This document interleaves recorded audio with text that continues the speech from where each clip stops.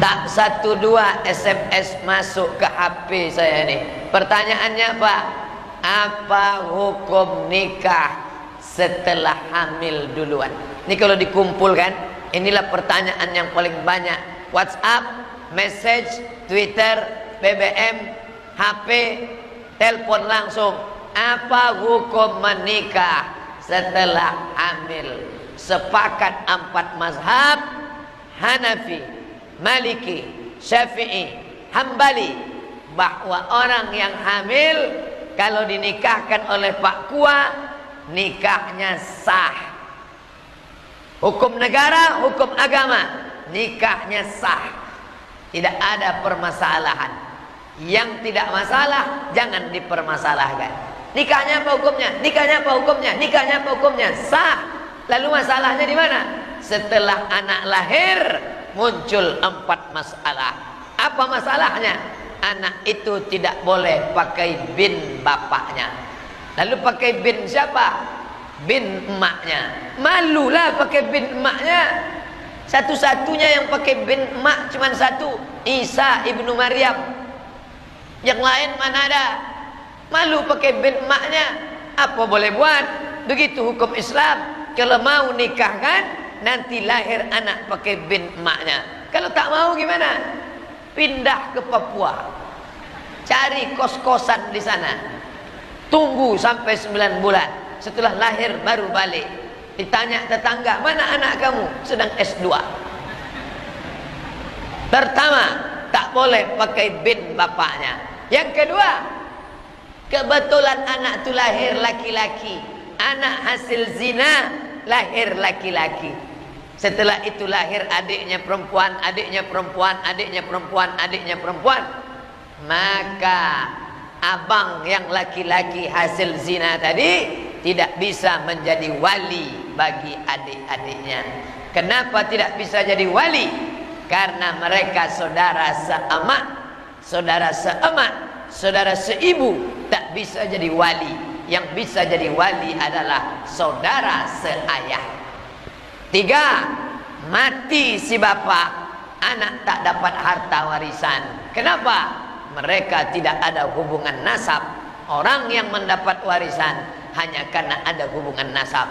Yang tak ada hubungan nasab tidak saling mewarisi. 4, kebetulan anak hasil zina itu anak gadis 25 tahun, dia pun tumbuh menjadi anak yang gadis cantik jelita, dipinang anak lajang sampai masanya mau menikah. Maka si bapak tak bisa mewalikan anak itu, karena itu bukan anaknya. Lalu siapa walinya? Walinya adalah wali hakim. Datangi Pak Kua 25 tahun yang lalu. Pak Kua, ya, saya mau bicara dengan bapak nih 4 mata. Masalah masa lalu saya 25 tahun yang lalu. Kata Pak Kua, jangankan 4 mata, 3 pun bisa. Apa masalahnya? Saya ini tak baik Pak Kua. Saya ini orangnya tak baik Pak. Apa tak baiknya? Sekarang saya baru baik. Dulu saya ini setan. Kata Pak Kua, memang nampak saya masih ada bibit-bibitnya lagi. Jujur, maka perempuan itu yang mewalikannya adalah wali hakim. Begitu kata Nabi, fasultan hakim waliyun man la waliyalaha. Menjadi wali bagi perempuan yang tak ada walinya. Itu kan ayah dia. Rambutnya sudah diambil, darahnya sudah diambil, air liurnya diambil. Rambut, darah, air liur bawa ke Singapura, dekat dari sini. Tes DNA, tes. Setelah tes positif, ini anak Anda. Tunjukkan, ini anak saya Pak Ustadz. Siapa yang bilang itu anak kamu? Nih Lee Kuan Yew yang bilang. Tak laku Mas Bro. Dalam Islam DNA tak laku. Lalu yang laku itu apa? Akad. Salah saya apa? Udah dijelaskan tak juga tahu dia salahnya. Apa salah saya? Mau tahu kamu apa salah kamu? Apa? Kamu mencoblos sebelum hari H. Itu salah kamu, baru kamu tahu. Maka jagalah anak-anak gadis kita. Tak selamat kita dari azab Allah Subhanahu wa ta'ala. Selangkah lagi kita mau masuk surga, setan menggoda, iblis mencari kawan, ditariknya kaki kita oleh anak gadis yang tak dididik, tak dapat tunjuk ajar. Datuk Tenas Effendi dari Kerajaan Melayu Pelalawan menulis buku Tunjuk Ajar Melayu. Apa maknanya?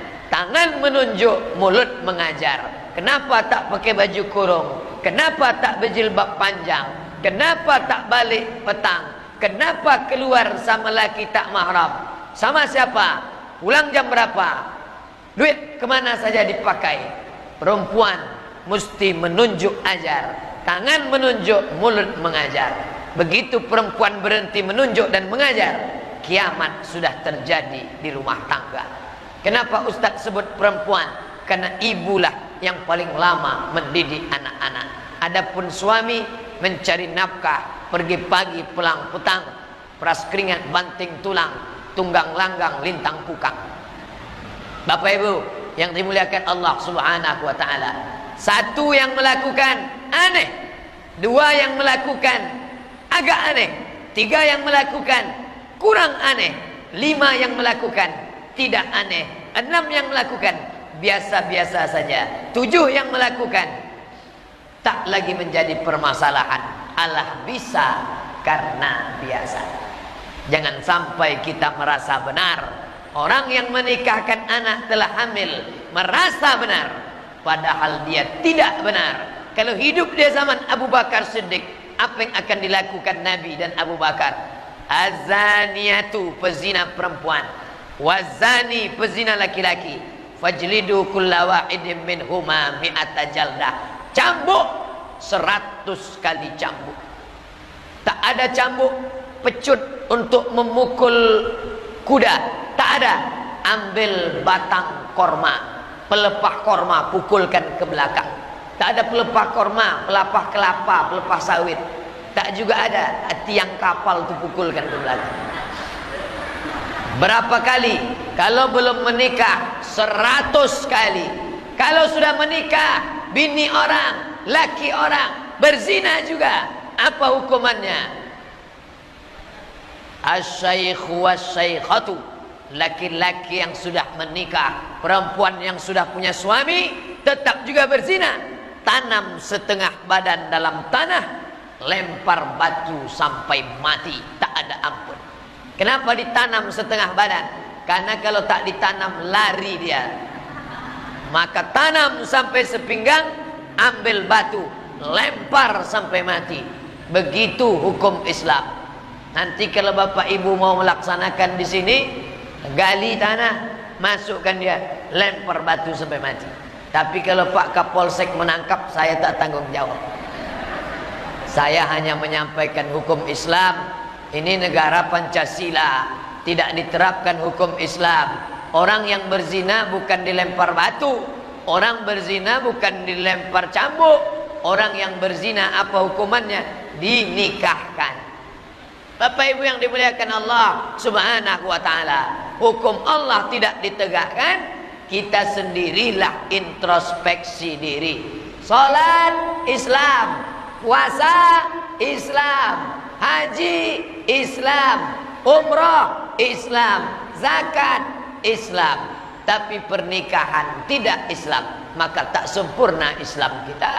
Ya ayyuhalladzina amanu, hai orang beriman, udkhulu fis silmi, masuklah kamu ke dalam Islam kafah, secara total, jangan sepotong-sepotong.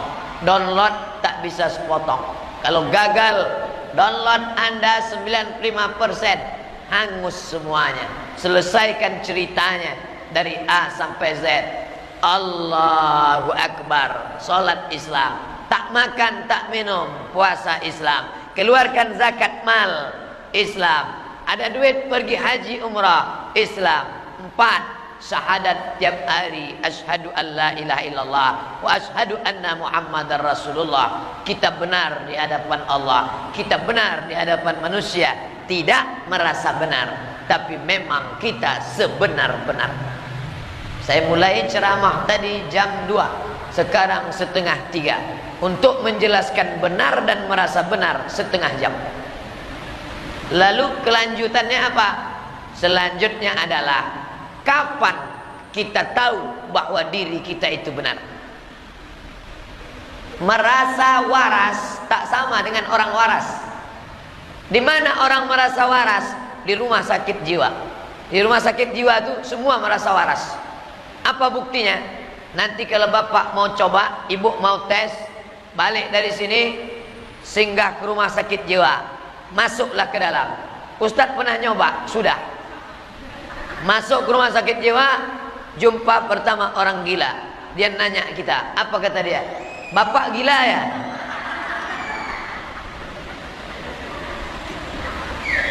Pertama kita marah, akhirnya kita sadar dia gila. Kita masuk ke dalam. Di dalamnya di Pekanbaru ada lapangan tenis. Jumpa lagi orang gila. Jumpa dia, nengok kita. Apa kata dia? Bapak gila ya? Sudah 2 orang mengatakan aku gila. Naik ke lantai 1, mau jumpa dokter, psikiater. Jumpa lagi orang gila di tangga. Apa kata dia? Bapak gila ya? Sudah 3 orang nyebut kita gila. Lama-lama kita ragu, siapa yang sebetulnya gila nih? Aku apa dia? Tengok, maka zaman sekarang saking banyaknya orang gila, orang waras itu ragu tentang kewarasannya. Yakinkanlah bahwa kita waras, sehingga 1000 orang mengatakan kita gila. Aku tidak gila. Ibu punya kucing. Kucingnya cantik dari Turki, kucing Anggora namanya. Ibu ikat pakai tali, bawa ke pasar. Datang orang menengok. Apa kata orang? Cantik anjingnya ya. Kucing ini, bukan anjing. Bawa terus. Sudah mau dekat pasar, jumpa kawan. Dia tengok. Beli di mana anjingnya? Kucing ini. Masuk ke dalam tempat jual gula, jumpa kawan. Mantap anjingnya. Mulai ragu, ini anjing apa kucing? Maka tengok, pandang baik-baik. Tengok dekat, sentil telinganya. Kucing. Hari ini orang kalau tidak meyakini hakikat kebenaran, dia ragu tentang kebenaran itu. Bapak Ibu yang dimuliakan Allah, hanyut. Makanya kata Nabi, di mana letak kebenaran itu? Taraktu fikum amraini, kutinggalkan pada kamu 2 saja. Tempat berpegang 2, satu di kanan, satu di kiri. Kalau kalian pegang yang 2 ini, lan tadillu abada, kalian tak akan sesat selamanya. Apa itu? Kitabullah Al-Quran, wa sunnati, sunnah Rasulullah sallallahu alaihi wasallam. Saya pergi ke Pulau Penyengat, tertulis Gurindam 12, tertulis nyata dalam Gurindam, yang ditulis oleh Raja Ali Haji. Diurutkannya 4 pegangan dalam Islam: Quran, hadis, ijma', qiyas. Pegangan inilah sekarang yang tidak diberikan kepada anak-anak muda kita. Apa tempat mereka berpegang sekarang? Gamang, galau, tak tentu arah. Tak ada tempat dia berpegang. Pegangannya apa sekarang? Musik. Pegangannya apa sekarang? TV. Pegangannya sekarang apa? Internet. Pulsa sedang banyak, dia tenang. Begitu habis dia galau. Kalau ditinggalkan harta, harta binasa. Ditinggalkan kuasa, kuasa akan sirna. Ditinggalkan nama, nama akan jatuh. Tengku, Said, Raja, binasa. Tapi ketika kau tinggalkan Quran dan Sunnah, tak lapuk karena hujan, tak lekang karena panas, tinggalkanlah itu. Berapa banyak orang-orang kaya, orang-orang besar meninggalkan tanah sejauh mata memandang, meninggalkan emas berbungkal-bungkal. Ketika hari berganti, musim berubah, dia tidak kekal, maka tinggalkanlah yang kekal. Afdalu zikri, seabdal-abdal zikir, la ilaha illallah. Bapak Ibu yang dimuliakan Allah subhanahu wa ta'ala, sekarang orang sedang kehilangan pegangan, kehilangan arah, sampai menjual agamanya, menjual keyakinannya, menjual akhiratnya. Dunia ini tempat persinggahan. Saya dibawa singgah sebentar ke belakang padang. Singgah, berapa lama singgahnya? Untuk apa singgahnya? Kami di sini hanya 3 saja. Datang, sholat, makan, ceramah, pulang. Misi kami di pulau ini 3 saja. Datang, makan, sholat, ceramah, pulang. Ini bukan tempat tinggal kami. Tempat tinggal kami di sana. Habis masanya kami pulang, karena maghrib nanti sudah menunggu janji. Begitu juga dengan tempat persinggahan. Alam roh, alam rahim, alam dunia, alam kubur, alam akhirat. Tak bisa kita minta lama-lama di sini. Dari mana? Alam roh. Pindah ke mana? Alam perut, alam rahim. Pindah ke mana? Alam dunia. Pindah ke mana? Alam kubur. Pindah ke mana? Alam akhirat. Lama di alam dunia, persinggahan sementara waktu petang. Petang datang, kita pun berlanjut. Apa kata pepatah orang Melayu?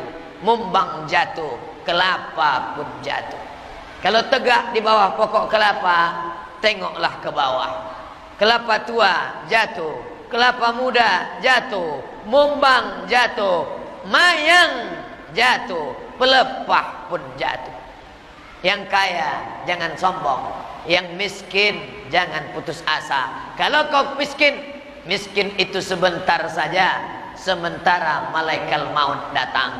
Kalau kau cacat, buta, lumpuh, pincang, stroke, jangan sakit hati, karena kau mengalaminya tak lama, karena setelah itu kau akan mati menghadap Allah. Yang kaya pun jangan sombong, karena kau tak kekal abadi. Kurang hebat apa Qarun yang hartanya melimpah ruah, sekarang tinggal jadi danau.